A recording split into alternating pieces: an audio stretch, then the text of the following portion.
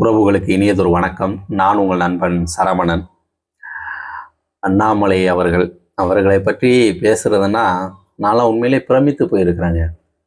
எப்பட்றா இந்த மனுஷன்? ஏன்னா இப்ப விஜய் அவர் தலைவரா வர்றாருன்னா அவர் வந்துட்டு திரையில் அவர் முகத்தை பார்த்து பார்த்து பழக்கப்பட்டதுனால அவர் ஒரு மாஸ் ஹீரோவா இருந்தாரு. அப்ப அவர் வந்துட்டு அரசியலுக்கு வரும்போது அவர் ஒரு தலைவரா, ரசிகர்கள் அவரை வந்துட்டு தலைவரா ஏற்றுக்கொள்ளக்கூடிய மனநிலை இருக்குது. அதனால தெரிகிறாரு. ஆனா அண்ணாமலை அவர்களுக்கு ஏன் இந்த அளவிற்கு? ஏன்னா நான் சோசியல் மீடியால மட்டும் இல்லைங்க, களத்திலையும் பார்க்கிறேன். என்னதான் நடக்குதுன்னு உடனே கேட்கலாம். அப்ப கடத்துல பாக்குறீல்ல, அதை ஒரு வீடியோ எடுத்து அதை போட்டு விட வேண்டியதானே, என்ன பேசுறாங்கன்ட்டு அப்படின்னு நீங்க கேட்கலாம். அந்த அளவுக்கு வந்துட்டு நம்மள்ட்ட வந்துட்டு கட்டமைப்பு இல்லைங்க. ஸோ அதனால அங்க நடக்கிறத நம்ம ஒரு பதிவா வேணா பேச முடியும். நம்ம மொபைலை வச்சு பேசக்கூடியவங்க. ஸோ நம்ம கேமரா வச்சு அப்படியே லைட்டிங் போட்டு ஒரு அந்த மாதிரி செட்டப்லாம் நம்ம இல்லை.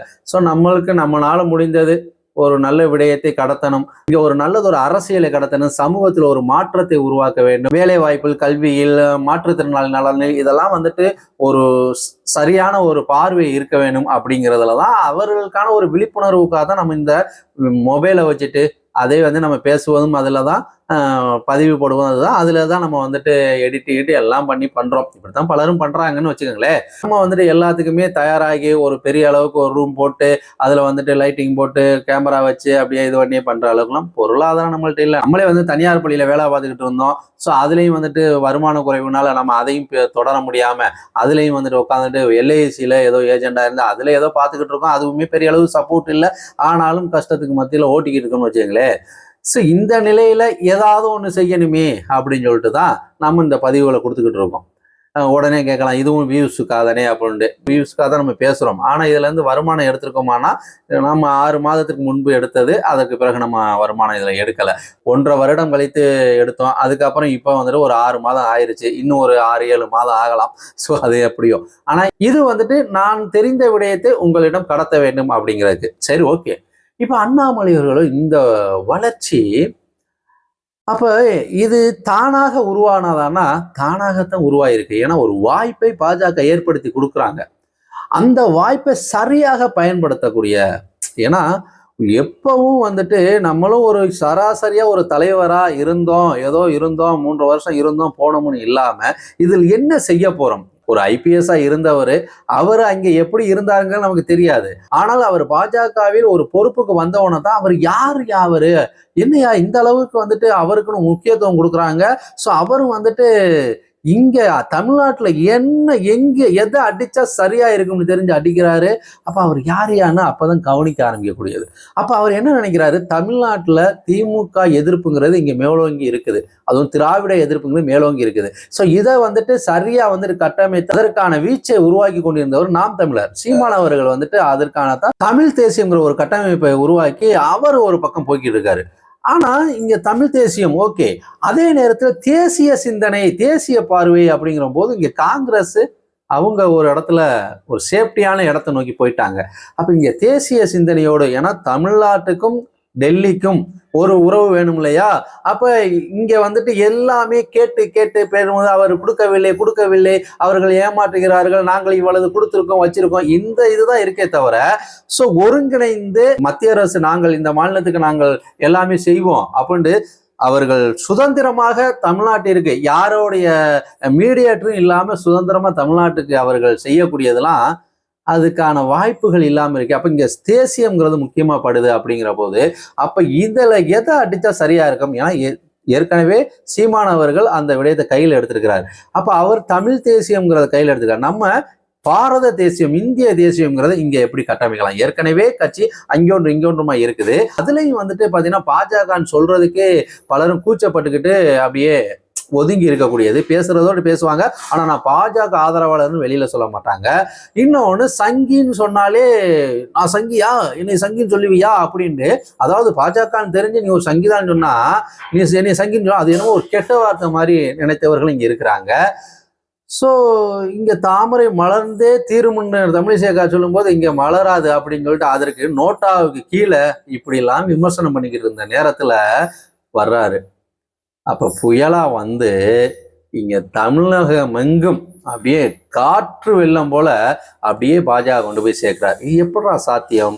அப்ப அவர் என்ன பண்றாரு, திமுக திராவிடத்தை சரியா அடிச்சாதான் இங்க நமக்கான இடம் இருக்குது. நமக்கான அவருக்கான இடம் இல்லை, இந்த பாஜக வளர்ச்சிக்கான இடம் இருக்கு. அதுக்காக என்ன பண்றாரு, சைட்டை அடிக்கிறாரு. திமுகவை எவ்வளவுக்கு இறங்கி அடிக்கணுமோ அவ்வளவு இறங்கி அடிக்கிறாரு. இங்க மக்கள் எல்லாம் வியந்து பாக்குறாங்க. பரவாயில்லைங்க, இந்த மாதிரி ஒரு ஆளதாப்பா நாங்க எதிர்பார்க்கிறோம். ஏன்னா இங்க எத்தனை பேர் மாற்றுன்னு வர்றாங்க, நாங்களும் மாத்தி திமுக அதிமுகன்னு போட்டுக்கிட்டு இருக்கோம். ஆனா இங்க ஊழல் இருக்குன்னு நல்லா தெரியுது. ஆனா இவர்களை விட இவர்கள் கொஞ்சம் கம்மியா இருக்கிறாங்க, சரி இந்த விட இவர்களோட இவர்கள் கொஞ்சம் கம்மியா இருக்கிறாங்க, இப்படி நினைத்து மாற்றி நாங்க வாக்கு செலுத்திக்கிட்டு வந்தோம். அப்போ மாற்றுன்னு வரக்கூடியவர்களும் அவர்களும் வந்துட்டு ஒரு கட்டத்துக்கு மேல அந்த கட்சிகளிடமே போய் தஞ்சம் அடைஞ்சிடறாங்க. இங்க யாருதாப்பா இருக்கிறா அப்படின்னு பார்த்தா இங்க அண்ணாமலையோட வீச்சு வந்து பாத்தீங்கன்னா எல்லோரும் மனதிலையும், அதாவது பாஜகனாலே தமிழ்நாட்டை பொறுத்த வரைக்கும் ஒரு மதவாத கட்சி இப்படித்தான் கடத்தி வச்சிருக்காங்க. ஆனா பாருங்க, இந்தியா முழுமையும் அதிலும் உத்தரப்பிரதேச பத்தியே பேசுறாங்களே, உத்தரப்பிரதேசலாம் வந்துட்டு இஸ்லாமியர்கள் வாக்கு செலுத்தி தான் அவர்கள் ஆட்சியே புரிகிறாங்க. ஸோ அந்த அளவிற்கு மற்ற மாநிலங்களில் வந்துட்டு பாஜகவுக்கான ஆதரவு மதங்கள் கடந்து அவருக்கு ஆதரவு இருக்கு. ஆனா தமிழ்நாட்டில் இப்படியான ஒரு கட்டமைப்பு இதை உடைக்கணும்டான்னு சொல்லிட்டு திமுக ஒரு பக்கம் அடிக்கிறது, இன்னொரு பக்கம் என்ன பண்றாரு, மதம் கடந்து இஸ்லாத்தா இருக்கட்டும் கிறிஸ்டின்ஸா இருக்கட்டும் அவர்களுக்கான முக்கியத்துவம், பாஜகவை விரும்பக்கூடியவர்களை இங்கொன்றுமா அடையாளப்படுத்தக்கூடியவர் இருந்தாங்கன்னா அவர்களுக்கு ஒரு முக்கியத்துவம் கொடுப்பது, அவர்களுக்கான வாய்ஸை உருவாக்குறது, அவர்களுக்கான பொறுப்புகளை கொடுப்பது, காத்திருங்கள் உங்களுக்கான இடம் இருக்குது அப்படின்னு சொல்றது. அப்ப அவருக்கு ஒரு நம்பிக்கை கொடுக்கக்கூடிய நபராகவும் இருந்திருக்கிறாரு. அப்ப வெளியில சொல்லவே தயங்கிக்கிட்டு இருக்கக்கூடிய பாஜக வெளியில வர்றாங்க, நான் சங்கின்னு தைரியமா சொல்ல ஆரம்பிக்கிறாங்க. இதே போல கிருஷ்ணாட்டிலையும் வந்துட்டு தைரியமா சொல்லக்கூடிய நபர்கள் வெளில வந்தாங்க. ஆனா இஸ்லாத்துல மட்டும் அதை சொல்ல தயக்கம், ஏன்னா அங்க இருக்கக்கூடிய பிரச்சனை வேற. அப்ப அவர்கள் வெளியில சொல்ல முடியலனாலும் வாக்கு செலுத்தும் போது அண்ணாமலைக்காக வாக்கு செலுத்தியவர்கள் அங்கும் இருக்கத்தான் செஞ்சிருக்காங்க. அப்ப இப்படிலாம் கட்சியை வளர்த்து இங்கொன்றுமா இருந்ததெல்லாம் மூல முடுக்கெல்லாம் பேச வச்சு, ஸோ இளைஞர்களுக்கான முக்கியத்துவத்தை கொடுத்து எல்லா பக்கமும் இளைஞர்களை ஒரு தலைமையை உருவாக்குறாரு. இதெல்லாம் செய்யும் போது யாருக்கு தான், ஏன்னா திமுகவில் வாரிசா வரக்கூடியதுனால தான் பலருக்கும் வந்துட்டு திமுக மேல வந்துட்டு ஒரு வெறுப்பு. அதிமுகலையும் அதே மாதிரி தான். ஸோ அங்கேயும் வந்துட்டு யாரு முன்னாள் இருக்காங்களோ அவர்களுக்கே தான் முக்கியத்துவம் கொடுக்கப்படும். ஒரு குறிப்பிட்ட தொகுதியில வந்து வேறு நபர் வந்துட்டு அதுல போட்டி போடுறது சிரமமா இருக்கும். ஜெயலலிதா அம்மையார் இருக்கையில வந்துட்டு அதெல்லாம் இல்லை, யாரை நினைக்கிறாங்களோ அவங்க நிப்பாட்டிடுவாங்க. சில பகுதியில் வந்துட்டு அது தொடர்ந்த வண்ணம் தான் இருந்துச்சு. ஸோ இப்படிலாம் வந்துட்டு இருக்கக்கூடிய நிலையில விவேகானந்தர் பொன்மொழிக்கு தகுந்த மாதிரி இளைஞர்களை உருவாக்கக்கூடிய ஒரு நபரா வந்துட்டு அண்ணாமலை வர்றாரு. இது வந்து பாத்தீங்கன்னா கட்சிக்குள்ளேயே நாங்க இத்தனை ஆண்டு காலமாக கட்சிக்குள்ள இருந்து நாங்க எங்களுக்குன்னு ஒரு திராவிட பாஜகன்னு ஒன்று கட்டமைப்பை உருவாக்கி வச்சிருக்கிறோம். நேத்து வந்த ஆளுக்கு ஒரு தலைமையை கொடுத்து அவருக்கு கீழே நாங்க வந்துட்டு வேலை பார்க்கறதா? தலைமை சொல்லிடலாம், ஆனா நீ எங்களை தானப்பா சந்திக்கணும், நாங்க தான் இங்க ஆளு, தலைமை தேசியன்னு சொல்லிட்டா அப்படின்னு சொல்லிட்டு உள்ளடி வேலைகள் இங்க பார்த்துருப்பாங்களோ. அதனாலதான் பாத்தீங்கன்னா அவருக்கான ஒதுக்கப்பட்ட ஒரு விடயமா அது தேசிய தலைமை வந்துட்டு எப்படியாக, ஏன்னா அவரை எதற்காக கொண்டு வந்தோங்கிறதே மறந்துட்டாங்களா, ஏன் அவரை வந்துட்டு ஒதுக்குனாங்க? ஸோ இங்கு சொல்லக்கூடியவர்கள் என்ன தகவல் வந்து சொன்னாலும் அதில் வந்துட்டு தேசிய தலைமை சரியாக அதில் ஒரு தீர்க்கமான ஒரு முடிவை எடுத்திருக்கணும் இல்லையா? இப்ப என்ன ஆகி போச்சு, சுலபமாக முடிய வேண்டியதை, சுலபமா என்டிஏ கூட்டணிக்கு சாதகமா இருக்க வேண்டியதை குழப்பி இன்னைக்கு ஒரு வருத்தமான சூழ்நிலையில தொண்டர்கள் இருக்கக்கூடிய நிலையை உருவாக்கி வச்சிருக்கிறது தான் மிச்சம். நீங்க தலைமை பண்புல இருந்து வெளியே எடுத்தீங்க, அதுக்கப்புறம் அவருக்கு எந்த பொறுப்புமே கொடுக்காம வச்சிருந்தீங்க, அவருக்கு தேசிய அளவுல வாய்ப்பு கொடுக்காம அப்படிலாம் என்னென்னமோ சொன்னாங்க. ஸோ அதெல்லாம் யூகத்துலதான், எதையுமே வந்துட்டு உறுதிப்படுத்த விஷயமா இல்லை. ஸோ அப்படி இருக்கும்போது ஆனா அவர் ஒரு தொண்டரா வந்துட்டு அவருடைய கடமையை அவர் செஞ்சுக்கிட்டே வந்தார். ஆனா நீங்க என்ன பண்ணிருக்கலாம், ஒன்று எடப்பாடி அவர்களிடம் பேசி அவருக்கான சாதகமான தொகுதியை வாங்கி கொடுத்து அவரையும் ஒரு சேஃப்டி பண்ணி, ஸோ அனைத்து தலைமைகளும் இங்கே யாரெல்லாம் முக்கியமான தலைமையாக பார்க்கப்படுதோ அவர்கள் அனைவருமே வந்துட்டு இந்த தேர்தலை சந்திக்கிறங்கிற ஒரு கட்டமைப்பு உருவாக்கி இருக்கலாம். ஸோ அப்படி உருவாக்கும் போது எடப்பாடி மேலேயும் வந்துட்டு ஒரு நம்பிக்கை வந்திருக்கும். ஸோ இந்த கட்சி வந்துட்டு சேர்ந்து நல்ல எல்லோருமே சேர்ந்து பயணிக்கக்கூடிய ஒரு விடயமா வந்திருக்கும். ஒருவேளை அவருக்கான தொகுதியை வாங்க முடியலை அப்படின்னாலும் அவரிடம் பேசி புரிய வச்சு, அவரிடம் தேசிய தலைமையே கூட அவரிடம் பேசி, நாங்கள் வந்துட்டு அண்ணாமலை அவர்களை வந்துட்டு வாக்கு சேகரிப்பதுக்கு தான் பயன்படுத்த போகிறோம். ஸோ அவருக்கான இதை விட பெரிய ஒரு பொறுப்பு வந்து நாங்கள் எலெக்ஷன் முடிஞ்சவொன்னு கொடுக்க இருக்கிறோம். ஸோ அதனால் அவர் இப்போது தேர்தல் பணி மட்டும்தான் செய்வார், அவர் வேட்பாளராக இப்போ நிறுத்தப்பட போவதில்லை அப்படின்னு சொல்லியிருந்தா, அப்போ மத்தியில் வந்துட்டு ஏதோ ஒரு கணக்கு வச்சிருக்கிறாங்க அப்படிங்கிறது, அது ஒரு கணக்குமே இல்லாமல் கூட இருக்கட்டுமே. ஆனால் இங்கே தொண்டர்கள் சாதாரணமாக மக்கள் மத்தியில் என்ன தோணியிருக்கும்னா, அண்ணாமலைக்கு ஏதோ ஒரு முக்கியமான ஒரு ஒழிச்சு வச்சுக்கிட்டு இருக்காங்க, அண்ணாமலைக்கு ஏதோ ஒரு அப்படின்னு சொல்லிட்டு இங்கே ஒரு உருட்டிக்கிட்டே இருந்திருப்பாங்க இல்லையா. அப்ப இது வந்துட்டு அவருக்கு தொகுதியே ஒதுக்கலைனாலும் அமித்ஷா இருக்காரு, அவர் காரணம் இல்லாம எதுவும் செய்ய மாட்டாருங்கிற அந்த பேச்சு வந்திருக்கும். ஸோ இங்க ஒரு ஜெல்ல ஆயிருக்கும். யாரும் இங்க மன குமுறல்லாம் இங்க வந்திருக்க வாய்ப்பே இல்லை. இதுல எடப்பாடி அவர்களும் தவற விட்டாங்களோ, அவர் அழுத்தி சொல்லியிருக்கேன், இல்லப்பா அவரை மட்டும் ஒதுக்குனீங்கன்னா நாளைக்கு ஏற்கனவே எங்க 2 பேருக்கும் வந்துட்டு சரியா இல்லை, வாக்காதார ஓடிக்கிட்டு இருக்கு, இதுல இந்த தேர்தல் நிக்காம போயிட்டா அதை உறுதிப்படுத்திடுவாங்க, இதனால வந்துட்டு நமக்கு அது ஒரு பெரிய சிக்கலா மாறிடக்கூடாது நாளைக்கு. ஸோ அதனால அவரும் இந்த தேர்தல் நிற்கிறதுக்கு, அவரே வேண்டாம் சொன்னாலும் அவருக்கு எந்த தொகுதி அந்த தொகுதி அவர் நிற்கிறதுக்கு நீங்க கட்டாயப்படுத்தி நிற்க வைங்கப்பா அப்படின்னு எடப்பாடி அவர்கள் சொல்லியிருந்தாருன்னா, ஸோ இப்போ இந்த என்டிஏ கூட்டணி, அதிமுக கூட்டணி இன்னும் வேகமாக, ஸோ அது தவற விட்டுட்டாங்களா? ஏன்னா ஒவ்வொரு தொகுதியிலையும் ஒரு 200 வாக்கு, அது எவ்வளோ ஒரு சப்போர்ட்டாக இருக்கும். 200 கூட வேணாங்க, ஒரு 100 வாக்கு எவ்வளோ சப்போர்ட்டாக இருக்கும். ஏன் அந்த ஒரு நிலைக்கு தள்ளுனாங்க அப்படிங்கிறதான் இங்கே பலருடைய குமுறலாகவும் இருக்குது. அதுலேயும் பார்த்தீங்கன்னா இப்போ நான் களத்தில் நான் பார்க்குறேன், என்ன சொல்கிறாங்க, நான் வந்துட்டு இப்போ அதிமுக தொகுதியில், இப்போ எங்கள் தொகுதியில் அதிமுக நிற்கிது அப்படின்னா அதிமுகவுக்கு வேணால் நான் ஓட்டு போடுவேங்க, நான் இதே பாஜக நின்றுச்சுன்னா இந்த முறை வந்து பாஜக போட மாட்டாங்க, நோட்டாவுக்கு போட்டு போயிடறாங்க, நான் இந்த நாம் தமிழருக்கோ இல்லை தாவேக்காவுக்கோ நான் போடலங்க, நோட்டாவுக்கு போட்டு போயிடுறாங்க. 2029 பார்லிமெண்ட் எலெக்ஷன்ல நான் வந்துட்டு இறங்கி வேலை பார்த்துக்கிறாங்க இப்படியாக. ஏன்னா 2029 வந்துட்டு அண்ணாமலை அவர்கள் என்ன நிலைங்கிறதெல்லாம் தாண்டி மோடி அவர்களுடைய அதற்காக மத்திய அரசு மத்தியில் ஆட்சி செய்ய வேண்டும்ங்கிறதுக்காக நான் வந்து பண்ணிட்டு போறாங்க. இப்படி தொண்டர்கள் பேசக்கூடிய நிலை இருக்குது. ஏன் இப்படியான ஒரு நிலைக்கு வந்துட்டு தள்ளுனாங்க? நல்லாவே தெரியும், அண்ணாமலை அவர்கள் ஒரு மிகப்பெரிய அளவுக்கு இன்னைக்கு விஜய் அவர்களை போல ஒரு மாஸ் லீடரா இன்னைக்கு இருக்கிறாரு.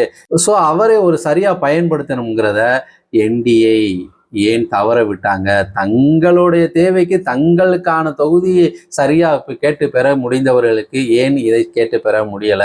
அவரே வேண்டாம்னு சொல்லியிருந்தாலும் அவரை கட்டாயப்படுத்தி இந்த தேர்தல் நிற்க வச்சிருக்க வேண்டும்ல.